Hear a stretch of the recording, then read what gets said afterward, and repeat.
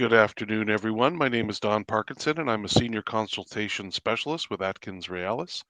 Today, we are continuing our series of live stream topics on the Northern Roadlink project as it moves through the provincial environmental assessment and federal impact assessment processes. The topics we are covering parallel our project activities, so we hope these will help our viewers and listeners better understand the project and provide input along the way. And I don't have my usual co host riding along with me today, but I've got two special guests Michelle Nasir, consultation specialist with Dillon Consulting, and Kyla McQuabi, a consultation specialist with Atkins Realis, who works with me and with Jen. And Kyla's from Henvey Inlet First Nation, south of Sudbury.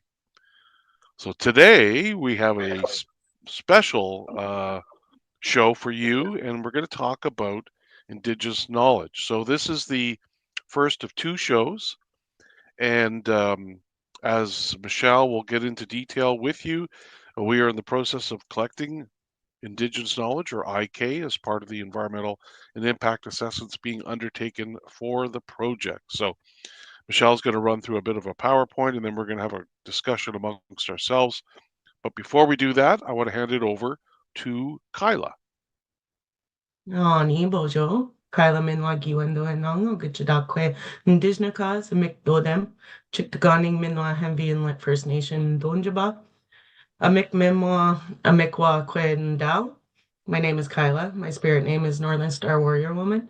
I'm of the Beaver Clan and I come from the Big Gardens, also known today as Henvey Inlet First Nation. I'm a proud Anishinaabe Mikwa woman, and I am an Indigenous engagement knowledge specialist for Atkins Realis. Have been involved with the Northern Roadlink project for about a year now. Michelle? Ani Buju. My name is Michelle. I'm originally from Pakistan and I'm now a first generation settler here in Canada. And I'm working as the Indigenous Knowledge Program lead on the Northern Road Link, and I'm really happy to be on board. I'm going to ask Kyla to give a bit of background on the Northern Road Link and jump into a little bit of an Indigenous knowledge overview for and speak a little bit about the consultation protocols. And then I will speak more to the Indigenous Knowledge Program specifically. But before I ask Kyla to jump into this, I'm just going to give a little bit of an overview of our projects and what we're doing here.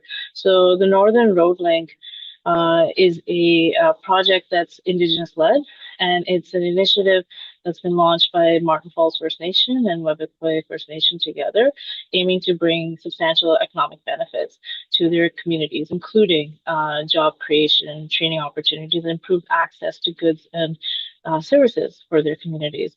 So, as part of that, and as part of the assessment part, we're undertaking community engagement with the Indigenous communities up here in this area, and especially areas that are going to be potentially impacted by the work that we are undertaking. So we're here today to chat with you about these. So while these projects are not the first Indigenous-led projects, especially infrastructure projects in Canada, our goal here is to understand the scope and scale of these projects with you, share how unique and groundbreaking they are, and connect with you on how we're undertaking them, especially when it comes to engaging with communities on Indigenous knowledge. So I want to flag that we are following protocols when it comes to Indigenous knowledge on addressing ownership, control, access, and possession that's held by Indigenous communities, and we're happy to connect with you on this as we move further. I'm going to ask Kyla now to kind of give a little bit of an overview on what we understand Indigenous knowledge to be, and just to go over consultation protocols that are guiding our work. Thanks, Kyla. So, Indigenous knowledge refers to Indigenous systems of knowledge as well as cultural practices related to the production of knowledge based on traditional belief systems, relationships to environment, and community practices. It is the accumulated and living knowledge built upon the historic experiences of people living on the land and adapting to social, economic, environmental, spiritual, and political change. It includes knowledge about the natural environment, like locations of the caribou seasonal use in the calving areas, the relationships between environmental changes and species or ecosystems, and how potential effects to the environment can be avoided or reduced. So I can't even think of an example right now. So like where we have ceremony, that's something that we would hold sacred to our people, but this is something we can point out so that we can avoid these areas so that we're not building a road through them. So this is the kind of information that we need to collect. Moving on, I'll let Michelle do the overview of the program. Right, thanks, Kyla. So as Kyla so ably demonstrated, when we are looking at Indigenous knowledge, our aim is to incorporate that into all the work, as much of the work as we can do, into all aspects of the work that we can do. We can put it in, incorporate it in through. So it means weaving Indigenous knowledge with Western science perspectives through the work we are doing, and in assessing all the different components of the project, different activities that we're undertaking and how we're undertaking them. So we recognize that to do that work, we needed to organize ourselves into a program where we actively promote Indigenous knowledge aspects and knowledge systems that can be woven through the environmental assessment process for this project. And as a result, what we decided to do was launch an Indigenous knowledge program, which would be our main form of intaking Indigenous knowledge that communities were willing to share and provide to us, and utilizing that throughout the assessment process, and even to some respects, even beyond that. So especially even when we're talking about project design, which Kyla alluded to here. So essentially, our goal for the Indigenous Knowledge Program is that it supports weaving Anishinaabe and Indigenous knowledge into our environmental decision making, as I noted, and improving awareness of the impact development can have on traditional uses. So we are undertaking this in two ways.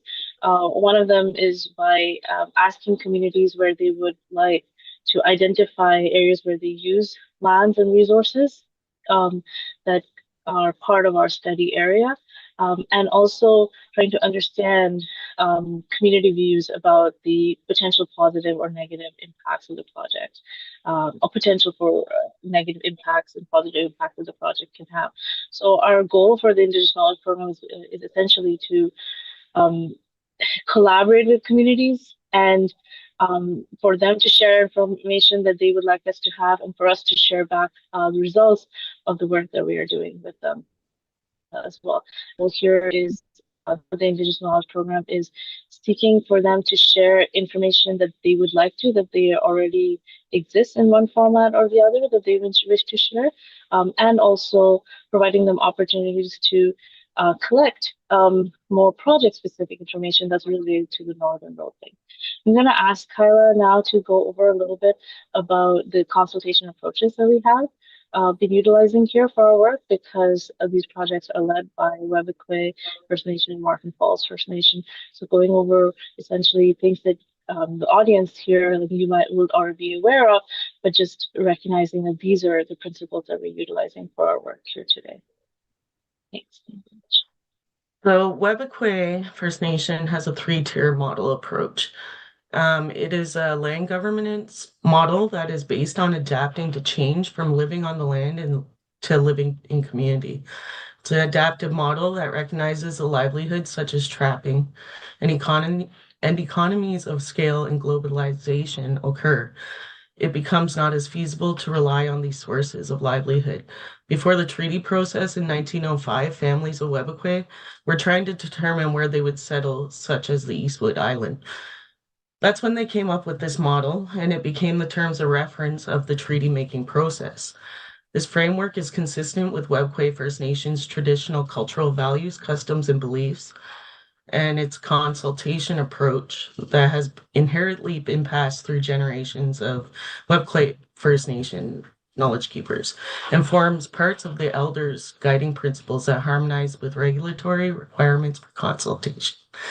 Holy, that was a lot. It consists of three tiers. The first being the core tier, which is the community and their overall well-being. Second is a relational tier, preserving the indigenous culture of the community. And lastly, the foundation tier, which is called the foundation tier for treaty and partnerships. Second, we have the Martin Falls First Nation guiding principles, and they were originally prepared for the draft of the Martin Falls Community Land-Based Use Plan, which is currently in development. These guiding principles were developed to honor the traditional lands in this project, and that will be developed, and to respect the traditional teachings that will be used throughout the engagement process. So we use both of these guiding principles to help guide our consultation and our project work. What do we have next? Next is Michelle. I think you already touched on the purpose of the program, but if there's any more you need to put in there. Not really. I know we had a really nice diagram, so thanks, Bella. But yeah, we have a really nice diagram that kind of shows how the Indigenous Knowledge Program is. We're hoping it will work with the communities. So what you see up here is we have a nice birch box up top that shows what we believe, how we depict Indigenous knowledge. And we have a couple of arrows going down from it. So one, it talks about is existing knowledge base. So our Indigenous knowledge that we are hoping to get from communities, and it can be in various forms, but essentially usually it's in traditional land use documents that communities either are already using through whatever other work that they're doing. So it could be through community-based land use planning work they're doing, or they're engaging with other people, other groups on various other aspects. So this could be like existing knowledge that's already existing, and usually in practice we call it desktop knowledge, and a lot of it is things that have already been published in one form or the other. So communities might choose to share that with us. But what we also have, and what a major focus of our Indigenous Knowledge Program is looking at project-specific studies.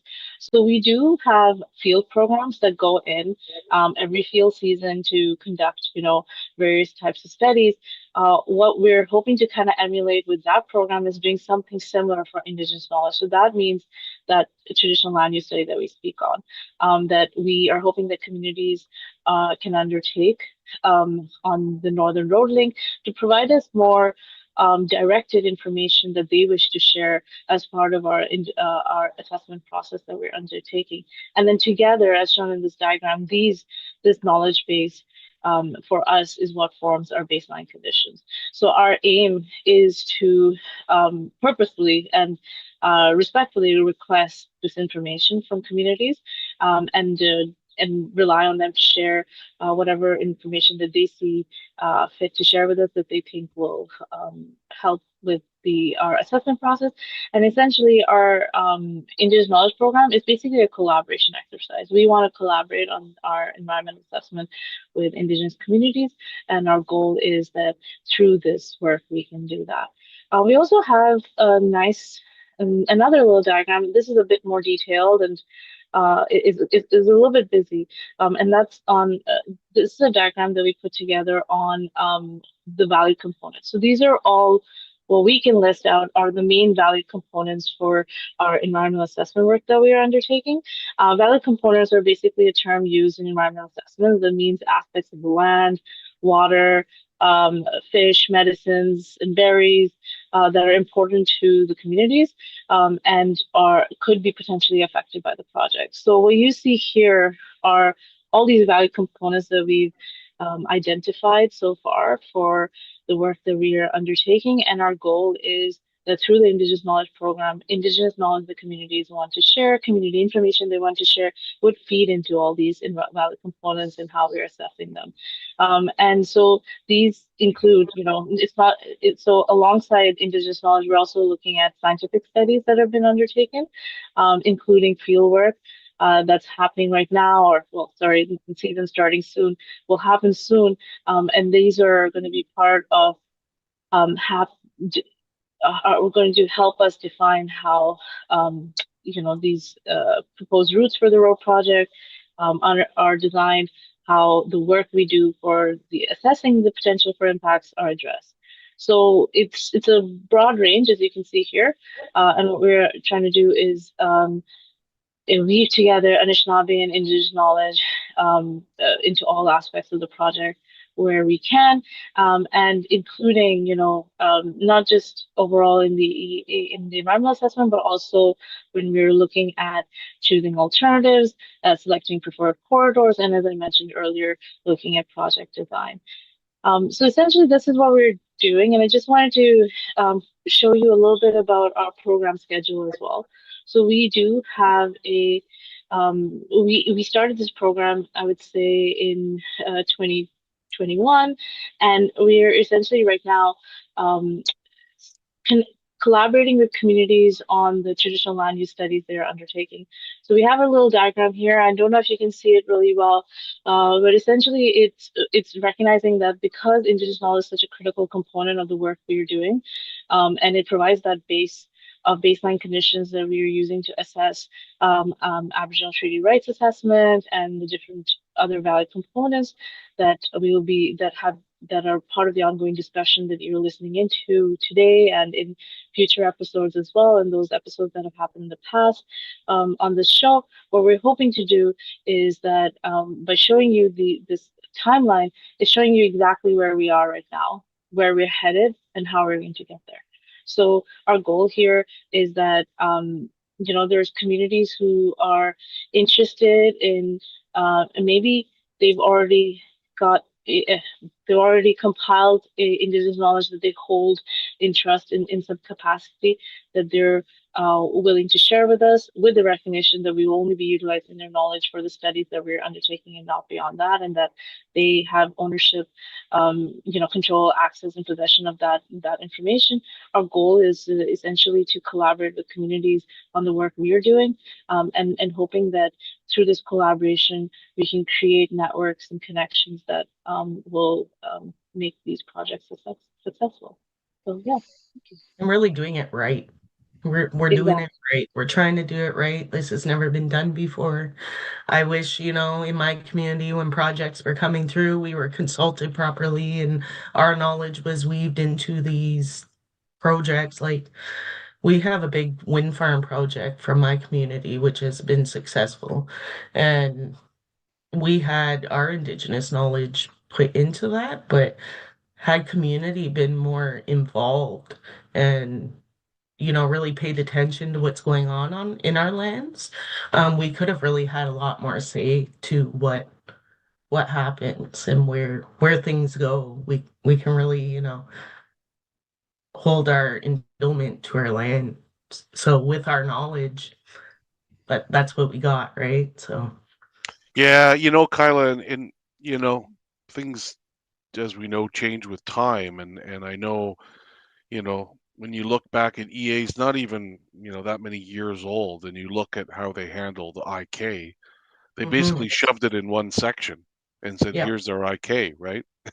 And Hmm. so there was no real effort made to actually do what you really should do, right? Which is combine it with the scientific information, the technical information, the Western science information Hmm. together, right? And so you can get a real, um, like holistic, like full-bodied version of what impacts might be, right? Because like look at the project in your community. That was not a small project. No, I mean, no, it wasn't. how many turbines were installed? There was over 100, 87. 87. So There was over 100 that were proposed, but a lot of them had to be taken off the list because of the land mass and where it was and going yeah. through So when traditional territory and whatnot. So, and when you think of the footprint, right, of that, right, you have access roads to get to the actual locations of the turbines. mm. Then you've got the transmission lines and the corridors Oh yeah, that that have was to be big. cleared for the transmission lines. that's a big project footprint, right? And Yes. so, I mean, our credit to the provincial government, the federal government. We don't normally give them credit for anything, but it's especially the federal government, right? They're really making sure that IK is really factored into all aspects of an EA, right? Oh, and they're learning. They're learning. They're learning. They're And learning. we That's need right. people from our communities to kind of help Yep. push this along. We need to teach them what we know. So, Well, that's it, and that leads me to well, a whole bunch of questions I've got for you guys. So get mhm. ready for these. So you know, I know, like in the past, a lot of people, and even now, a lot of people still think IK is is just the process that consultants go through, sitting down with community members and drawing points, lines, and polygons on a map, right? A lot of people still think that, and they don't realize that it takes a lot of different forms, doesn't it, Kyla? Oh yeah. Maybe you can tell us a bit about like some of the different forms it can take. For me, everything's oral. Yeah. I've been brought up oral teachings, just everything in my mind, right? So I don't Yeah, know. that it's It's a these big, interviews, right? Like, and the sharing of information in I mean, that's how, we've obtained a lot of our information to date, right? Is sitting down with community members and just having conversations, right? And not all of it, goes on a map, or it can go on a map, but it's all it's all important stuff to know when you're trying to figure out where to put this road and yeah, and even how to to build better it. understand what what we don't know, right? Like what Yeah. I don't know about this land. It's not my community yet. Like I'm very interested in where we can't put this because we should be protecting what is there and what was there. So, And IK to one community members can be a lot different from IK to another, because and I right. know in our particular situation, you've got two remote communities, and community members have used land, and there's families and clans that use certain areas more often than other people do, right? And they know those Yeah. areas well, and they have areas that are special to them that other community members may not share. They may have their own, right? So it's a very personal kind of thing, which is why it's really important, I think, right, Michelle, to talk to as many community members as possible, to do everything you can to try to get community members to participate, right? Yeah. Yeah, you're absolutely right. It's very important, and I think also it's a reminder to us, like when we are talking to community members, we are speaking to them, recognizing that this is likely confidential information that they're sharing. So we have to be really respectful in how that information is used, and communicate that this is the only way this information is going to be used, and that's it. So, and recognizing that this is information that belongs to the community, not to us. We're only borrowing it for our assessment, and it's only going to be borrowed for the assessment, and not more than that. So it's really important for us to communicate that to the communities as well, because we've known in the past, like this has been a learning experience for a lot of us settlers who come onto these lands and want to be part of the process, is that there have been stories in the past where information, um, sacred information, sacred Anishinaabe knowledge information belongs to the communities, and the communities sometimes feel that that aspect of it isn't respected. So, through our Indigenous Knowledge Program and through the work we're trying to do for the Northern Road Lake, is address those kind of discrepancies, and recognizing that how important that is to us, and how much value we have to put in the idea of confidential private information, and how we work with it. So yeah, Well, it's recognizing that. it's about trust, right? It's Exactly. about trust. We talk to community members, and they share this information, and they trust that we will use it only for the purposes of figuring out for example, where to put the road, right? And where to put all the facilities associated with the road. And there is not really a need to show exactly where certain locations shared by community members are publicly. Like there's really no need to do that. I mean, the consultant has been Yeah.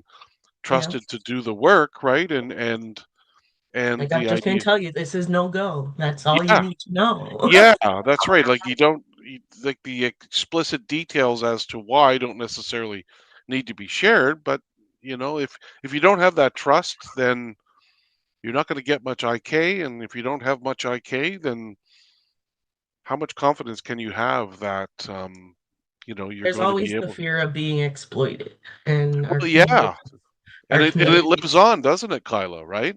yeah, and we've been exploited for hundreds of years. So Yeah. So we need to take our power back a little bit here, and this is one way we can do it.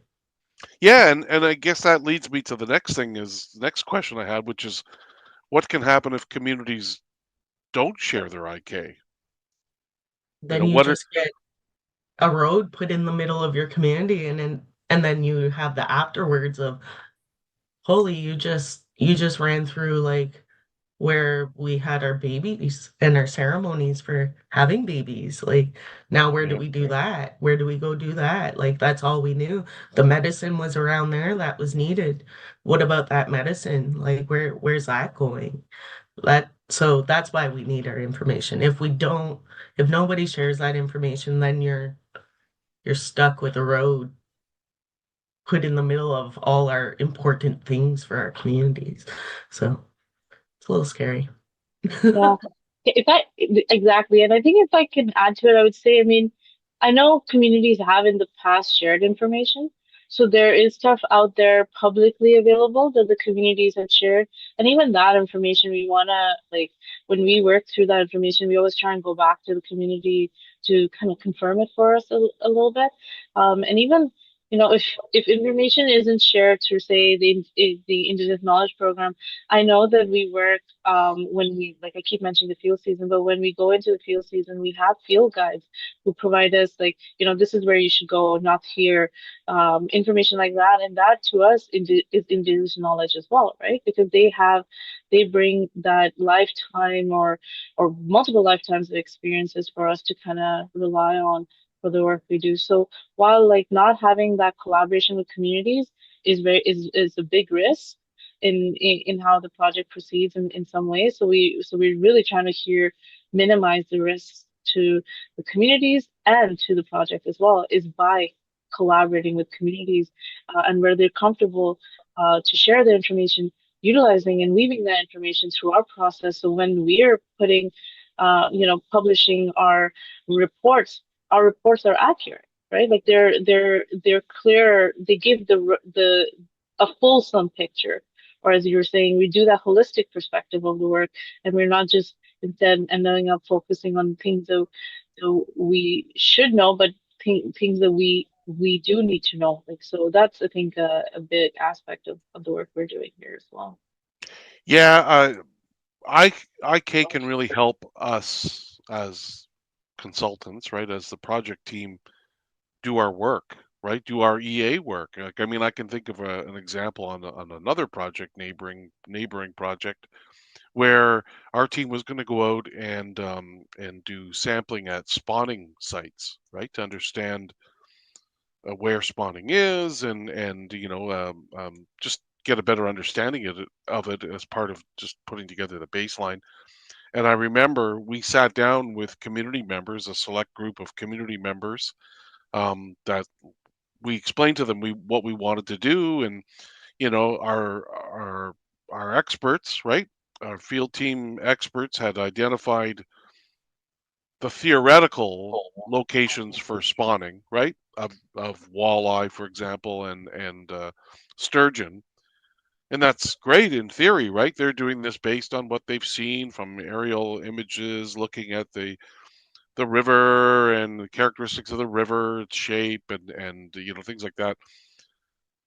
So they brought to the table a bunch of locations that they had identified as potential spawning locations for those species. Then they sat down with community members and, you know, they immediately looked at that and turned it upside down, right? Because they know this is their territory. They've lived in there for generations, and they know the spawning. They know where the spawning areas are. So that helped make our fish and fish habitat part of the work a lot better, because our Mm-hmm. field teams are going and doing spawning surveys where there's actual spawning of those species, right? So then we have a better idea of what's there.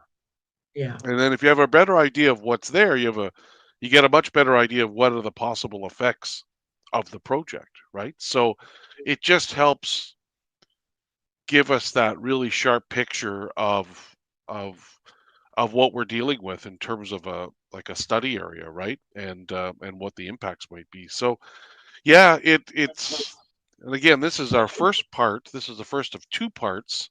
Um, there's a lot more to talk about when it comes to IK, as we know. We're going to dive a little bit more deeply. I've got a ton more questions for both of you, but as usual, we run out of time. So we got off to a little later start today, but that's okay. We'll be back next week, and so I think this was a good first first attack at trying to explain IK to everyone and how important it is to participate in that process. Again, we really want your participation in this process because it will make our environmental assessment, our impact assessment, that much better. So that wraps up today's discussion of IK, and we hope it was helpful and encourages you to join us again next week for, as I mentioned, part two. Don't forget to keep in touch with our project team members via the contact information available on our website, northernroadlink.ca. Miigwech, and make sure to look out for project updates on social media and our website. See you soon. Peace. Language.